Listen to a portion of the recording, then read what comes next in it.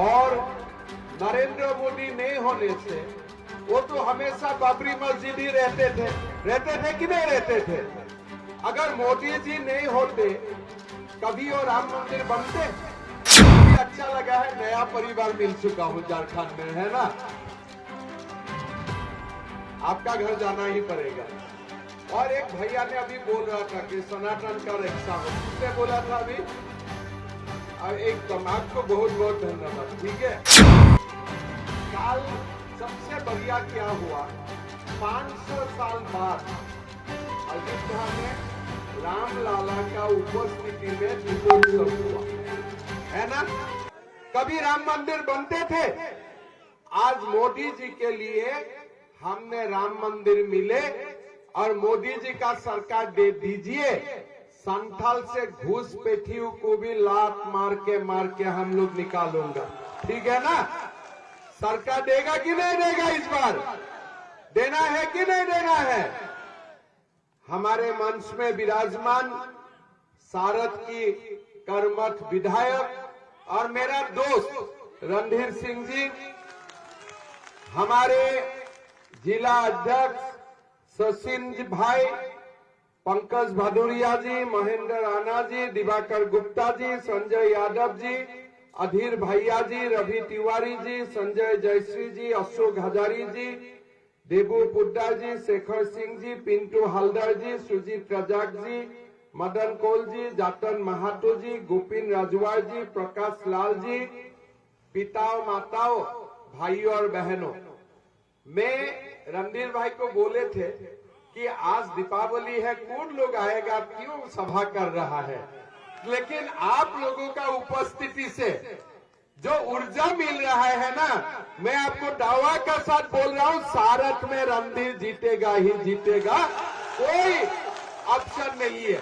शायद जेएमएम जहां से किसी को भी ले आए, लेकिन सारथ में सनातन बसेगा, रणधीर जीतेगा, है ना।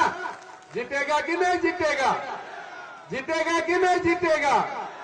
भाइयों और बहनों, सबसे इस चुनाव में, मैं आसाम में रहता हूं। आसाम में हमारा जो डेमोग्राफी है, जनसंख्यिकी, हर साल परिवर्तन होते हैं। 1951 में हमारे जो कुल जनसंख्या थे असम में, उसमें लगभग 80% आबादी हिंदू थे, लेकिन आज असम के जो हमारे हिंदू का आबादी है, ये 7% तक घट चुका है। एक समय था हमारे वहां मुसलमान आबादी 16-17% होते थे, आज 42% हुए। तो हम ऐसा प्रदेश से आया हूं जो प्रदेश का लोगों का जब मन में दुख है उसको मैं समझता हूं। जब झारखंड में आए तब यहां में घुसपैठियों का सरसा मैंने पहले सुना, कैसे हमारे यहां जनसंख्या का परिवर्तन हुआ। फिर हाईकोर्ट में केस हुआ, हलफनामा देखने के लिए मिला। आपको मैं बोलना चाहता हूं, हमारा संथाल परगना में 1951 सन में टोटल आबादी 26 लाख थे और वो आबादी के 90% आबादी हिंदू थी। 1951, अभी बुजुर्ग लोग तो होगा ही, और साथ में हमारे जो मुसलमान आबादी थे 9.43% थे, मतलब ये लोग हमारे स्थानीय मुसलमान थे, और हिंदू 90% थे, और आदिवासी उस समय 10,37,000 हुआ करते थे, मतलब कुल हिंदू आबादी का 44% आदिवासी हुआ करते थे। अभी हमारे जो हालत है, 2011 में आदिवासी 44% से घट के यहां में 28% हुए, हिंदू 90 से घट के 67% हुए। ये 2011 का जो जनगणना बोलते हैं, 2021 होते होते संथाल परगना में हिंदू का संख्या 60% तक हो जाएगा। मतलब मेरा असम का जो हालत है वही हालत 2021 में, मतलब 21 तो हो चुका है, जनगणना अभी तक पब्लिश नहीं हुआ है, आपका हालत वही होने जा रहा है। आज इसका कारण क्या है? इसका कारण है हमारा जो स्थानीय मुसलमान है उनके लिए कोई जनसंख्या नहीं बढ़ा और उनका साथ हमारा कोई दुश्मनी भी नहीं है। लेकिन आज बांग्लादेश से मुर्शिदाबाद बंगाल होते हुए यहां घुसपैठी आए और घुसपैठी को यहां में संरक्षण मिला। आदिवासी बेटियों का साथ शादी हुए, तमाम जमीन का कानून रहते हुए भी गिफ्ट भी बनाए गए। आदिवासी बेटियों का साथ शादी हुआ, मुखिया बने, नाम में बीबी मुखिया, लेकिन काम चलाता है पति। और उनका घर में भी एक शादी होते हैं, दूसरा तीसरा शादी हमारे आदिवासी बेटियों का साथ होते हैं। और हमारा पूरा समाज का जो गाथा है, ये गाथा को आज पूरा परिवर्तन हो चुके हैं।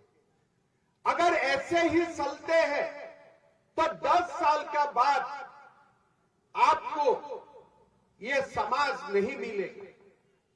इसीलिए ये जो चुनाव है, ये चुनाव कोई जेएमएम और कांग्रेस का चुनाव नहीं है। ये चुनाव कोई सुन्ना सिंह और रणधीर का चुनाव नहीं है। ये चुनाव सनातन को बसाने का चुनाव है। ये चुनाव सनातन को रक्षणाबेक्षण देने का चुनाव है। क्या आप लोग मानते हैं हेमंत सोरेन कभी भी घुसपैठियों को यहां से हटाएगा? कोई दिन हटाएगा? आज आप लोग देखिए, एक विशेष समुदाय होते हैं, एक वोट भी कोई उधर उधर नहीं होते हैं। जैसे ऑर्डर आते हैं ऐसे ही देते हैं। लेकिन हमारा समाज क्या हुआ है? हमारे समाज आज हिंदू बटे रहते हैं।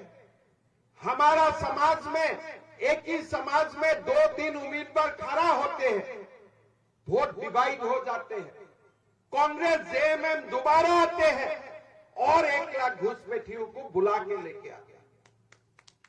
और ये सिलसिला झारखंड में शुरू हुआ है। तब तक यह सिलसिला अंत नहीं होगा जब तक हिंदू समाज एक नहीं होगा, तब तक यह सिलसिला चलते रहेगा। मेरा कोई सुन्ना सिंह से दुश्मनी नहीं है, मेरा किसी का साथ दुश्मनी नहीं है। मेरा दुश्मनी घुसपैठियों का साथ है। मेरा दुश्मनी उनका साथ है जो सनातन को ध्वंस करना चाहते हैं। भाइयों और बहनों, हमें एक होना है। हम लड़ूंगा, अपना बीच में लड़ूंगा, लेकिन हम लड़ने का कारण झारखंड में इरफान अंसारी, आलमगीर आलम बड़ा व्यक्ति नहीं बनना चाहिए। ये भी हमें याद रखना चाहिए। जब हम अपना बीच में लड़ेगा, जब तक हम अपने आप को बांध के रखूंगा, तब तक हमारा सुरक्षा